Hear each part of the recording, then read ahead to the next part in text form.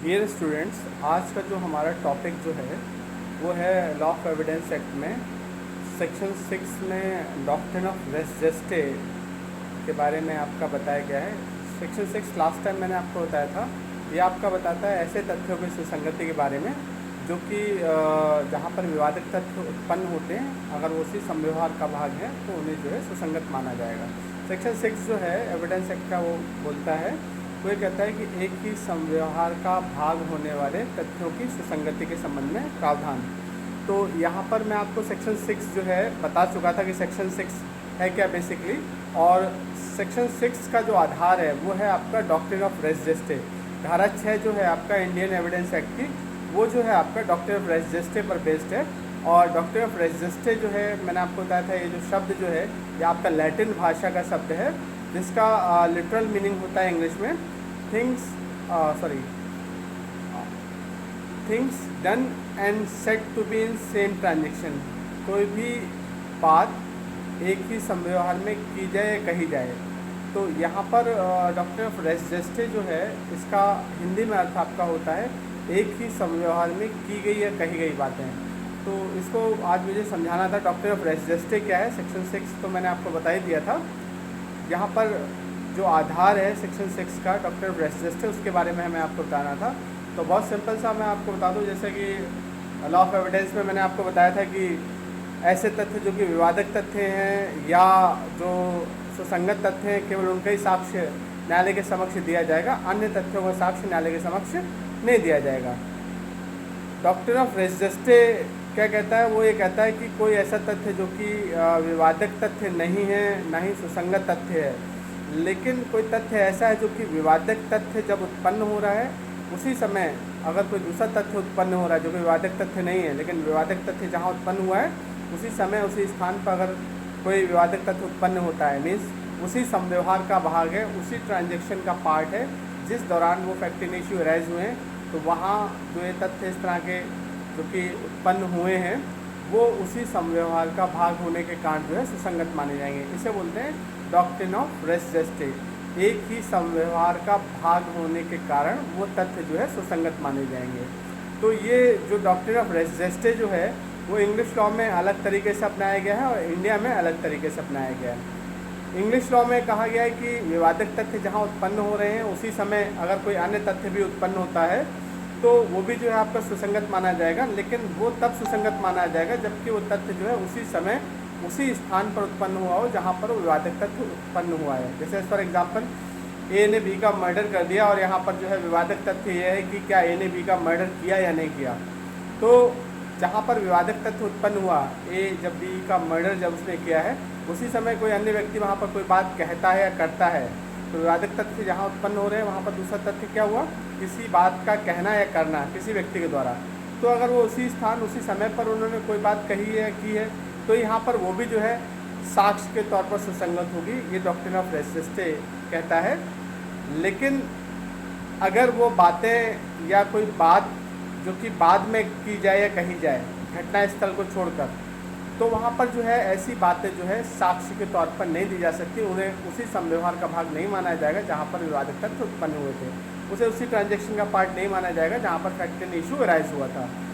ये English law है। लेकिन इंडियन लॉ जो है उसने डॉक्ट्रिन ऑफ रेस जेस्टे को थोड़ा वाइड सेंस में यहाँ पर फॉलो किया है और उसमें कह दिया है कि विवादक तथ्य जहाँ उत्पन्न हो रहा है या विवादक तथ्य जिस संव्यवहार का भाग है उसी संव्यवहार में कोई दूसरे तथ्य भी उत्पन्न होंगे, चाहे वो उसी स्थान पर किए जाएं या उसी समय पर किए जाएं जहाँ पर विवादक तथ्य उत्पन्न हुआ था, या किसी अन्य स्थान या अन्य समय पर किए जाएं, तो भी जो है वो सुसंगत माने जाएंगे। मीन इंडिया में जो है जब विवादक तथ्य उत्पन्न हो रहा है तो उसी समय उसी स्थान पर अगर अन्य तथ्य अस्तित्व में आते हैं तो सुसंगत है ही है, लेकिन इसके अलावा जो है मान लीजिए उसी स्थान पर या उसी समय पर ना हो जबकि विवादक तथ्य अस्तित्व में आया था, तो भी वो जो है आपका रेलिवेंट माना जाएगा। फॉर एग्जाम्पल जैसे मान लीजिए ए ने बी का मर्डर किया, तो उस समय जबकि मर्डर हो रहा है, जबकि विवादक तथ्य उत्पन्न हुआ था जिस समय, उसी संव्यवहार में उसी ट्रांजेक्शन में या कह सकते हैं उसी दौरान कुछ लोग वहाँ बात करते हैं, कोई काम करते हैं, कोई कार्य करते हैं, तो ऐसा कार्य उनकी बातें उसी संव्यवहार का भाग मान ली जाएंगी जहाँ विवादक तथ्य उत्पन्न हुआ है, तो सुसंगत है और वो उसी समय उसी स्थान पर की गई है, रेलिवेंट है। लेकिन एक चीज़ और इंडिया में और एक स्टेप और आगे चलते हैं, उसमें कहा गया है कि वो बातें या वो कार्य उसी स्थान पर होना ज़रूरी नहीं है, किसी अन्य स्थान और अन्य समय पर भी हो सकता है। वो लोग जो देख रहे थे घटना को, वो उस समय कुछ नहीं करते हैं, ना कोई बात कहते हैं, और वो लोग भागकर चले जाते हैं और घर पर जाकर बात करते हैं उस घटना के संबंध में। तो उनके द्वारा जो बातें की जा रही हैं क्या उसी संव्यवहार का भाग मानी जाएंगी? तो सेक्शन 6 इसे अलाउ करता है। सेक्शन 6 कहता है कि वो बातें जो कि विवादक तथ्य से जुड़ी हुई हैं, उसी संव्यवहार का भाग है, वो उसी समय पर हो, उसी स्थान पर हो, ऐसा आवश्यक नहीं है। वो उस समय पर भी हो सकती है, उसी स्थान पर भी हो सकते हैं, इसके अलावा वो किसी अन्य स्थान पर अन्य समय पर भी हो सकती हैं। तो आपसे क्वेश्चन ये पूछा जाता है डॉक्ट्रिन ऑफ रेस जस्टिस को लेकर इंडिया में और इंग्लिश लॉ में, दोनों में क्या अंतर है, इंडियन लॉ और इंग्लिश लॉ में क्या डिफरेंस है। तो आपको बताना है डॉक्ट्रिन ऑफ रेस जस्टिस जो है इंग्लिश लॉ जो है उसमें कहा गया है कि विवादक तथ्य से जुड़े हुए जो अन्य तथ्य हैं जो उसी संव्यवहार का भाग है, वो उसी समय उसी स्थान पर होना चाहिए जबकि विवादक तथ्य उत्पन्न हुआ हो। अगर वो किसी अन्य स्थान पर अन्य समय पर उत्पन्न होंगे तो उन्हें उसी संव्यवहार का भाग नहीं माना जाएगा और वो सुसंगत नहीं होंगे। लेकिन इंडिया में क्या है, सेक्शन 6 जो है डॉक्ट्रिन ऑफ रेस जस्टिस को जो है वाइड सेंस में यहाँ पर यूज़ कर रहा है, और ये कहता है कि जो तथ्य विवादक तथ्य से जुड़े हुए हैं और उसी दौरान जबकि विवादक तथ्य उत्पन्न हुआ है उसी समय उसी स्थान पर हुए तो भी सुसंगत है, या वो उस स्थान पर उस समय पर नहीं होते हैं जहाँ पर विवादक तथ्य उत्पन्न हुआ है, किसी अन्य समय या अन्य स्थान पर उत्पन्न होते हैं दूसरे तथ्य, तो भी वो रेलिवेंट माने जाएंगे। तो इंडिया और जो आपका इंग्लैंड का जो है दोनों में जो है आपका अंतर है, इंग्लिश लॉ और इंडियन लॉ में दोनों में डिफरेंस है। डिफरेंस इस चीज़ को लेकर है कि इंडिया जो है टाइम और प्लेस को इतना महत्व नहीं देता कि उसी समय उसी स्थान पर हो, वो कहता है किसी भी समय किसी भी स्थान पर हो, अगर दोनों में संबंध है, नेक्सस है, तो वो जो आपका रेलिवेंट माना जाएगा। लेकिन जो है इंग्लैंड में कहता नहीं, अगर रेलिवेंट बनाना है किसी तथ्य को तो उसी समय उसी स्थान पर उत्पन्न होना चाहिए जबकि विवादक तथ्य उत्पन्न हुआ हो। तो ये डॉक्ट्रिन ऑफ रेस जस्टिस है। इंडियन लॉ और इंग्लिश लॉ में डिफरेंस आपसे पूछा जाता है। इसमें कुछ केस लॉज हैं जो कि इम्पॉर्टेंट हैं, जिनमें कुछ तथ्यों को जो है विवादक तथ्य से जुड़ा हुआ माना गया, या कह सकते हैं विवादक तथ्य जिस संव्यवहार में उत्पन्न हुआ था उसी संव्यवहार में कुछ बातें हुई, कुछ कार्य हुए, उन्हें जो है रेस जस्टिस मानते हुए उसी संव्यवहार का भाग मानते हुए सुसंगत माना गया। जिसमें एक केस है आपका रटन वर्सेस क्वीन का। रटन वर्सेस क्वीन में फैक्ट ये थे कि एक व्यक्ति पर आरोप था कि उसने अपनी पत्नी को गोली मार के उसको जान से मार दिया है। तो यहाँ पर वो ये कहता है कि मैंने जो है अपनी पत्नी को जानकर नहीं मारा, बल्कि गोली जो है एक्सीडेंटली चल गई थी, दुर्घटनावश गोली चल गई जिससे उसकी डेथ हो गई। तो यहाँ पर एक तथ्य न्यायालय के समक्ष रखा जाता है कि वो जो लेडी थी उसका मरने से पहले ऑपरेटर के पास फ़ोन आया था और उसने पुलिस की सहायता मांगी थी, और जब उस लेडी ने फ़ोन किया तो उसने पुलिस से ऑपरेटर को बोला कि मुझे जो है पुलिस की सहायता दीजिए, और उसने अपना एड्रेस बताया और फ़ोन उसके बाद कट गया।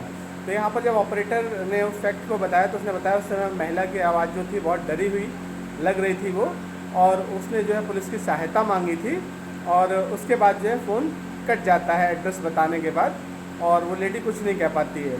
तो ये तथ्य जो उसने बताया कि जो है पुलिस की मांग की गई थी, ऑपरेटर को फ़ोन किया गया था, तो ये जो तथ्य जो है जो विवादक तथ्य था कि क्या उस व्यक्ति ने अपनी पत्नी को जानबूझकर मारा या दुर्घटनावश उससे गोली चल गई थी, तो इस चीज़ को साबित करने के लिए, इस विवादक तथ्य को साबित करने के लिए एक सुसंगत तथ्य यहाँ पर क्या रखा गया उस घटना से संबंधित, कि जब घटना हुई थी उससे पहले पत्नी का उसकी फ़ोन आया था और उसने पुलिस की सहायता की मांग की थी। तो ये फैक्ट जो है विवादक तथ्य जहाँ घटित हुआ था उसी संव्यवहार का भाग माना गया और इसे सुसंगत माना गया उस घटना को साबित करने के लिए।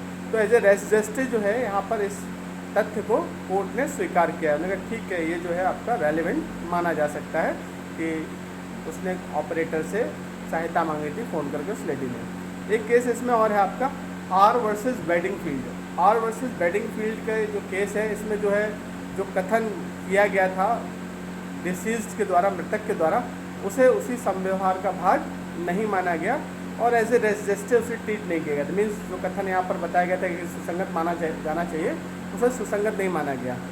इस वाले केस लोगों को लेकर जो है बहुत क्रिटिसिज्म भी हुआ, क्योंकि कई सारी चीज़ें इसमें ऐसी थी जिनके आधार पर कहा जा रहा था कि उस कथन को जो है सुसंगत माना जाना चाहिए था, लेकिन कोर्ट ने उसे सुसंगत नहीं माना। इसमें फैक्ट ये थे आर वर्सेस बेडिंगफील्ड के केस में कि एक लेडी जो है वो कमरे से बाहर निकलती है अपने पति के और अपनी चाची के कमरे तक जाती है और बोलती है, उसका गला कटा हुआ होता है उस समय, और बोलती है देखो बैडिंगफील्ड ने मेरे साथ क्या किया। इसके बाद जो है उसकी डेथ हो जाती है उस लेडी की। तो यहाँ पर ये प्रश्न न्यायालय के समक्ष उठता है कि जब गला कटने के बाद जो है वो लेडी जो है कमरे से दौड़कर बाहर आई और अपनी चाची को बोला देखो बैडिंगफील्ड ने क्या किया, उसके बाद उसकी डेथ हो गई। तो क्या यहाँ पर ये कथन जो है ये साबित करने के लिए कि जो बैडिंगफील्ड था उसने ही उसका गला काटा था, उसके लिए सुसंगत होगा?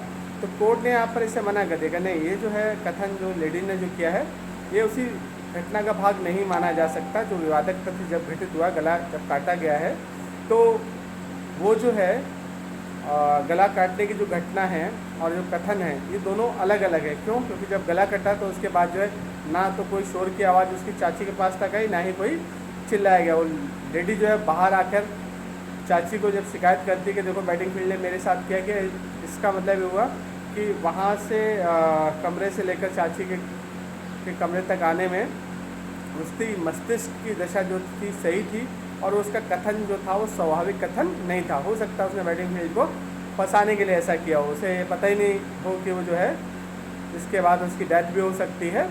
तो यहाँ पर जो है केवल इस कथन को इसलिए सुसंगत नहीं माना गया क्योंकि वो जो है कमरे से निकलने के बाद चाची के पास तक जाती है और फिर बीच में डिले हो जाता है।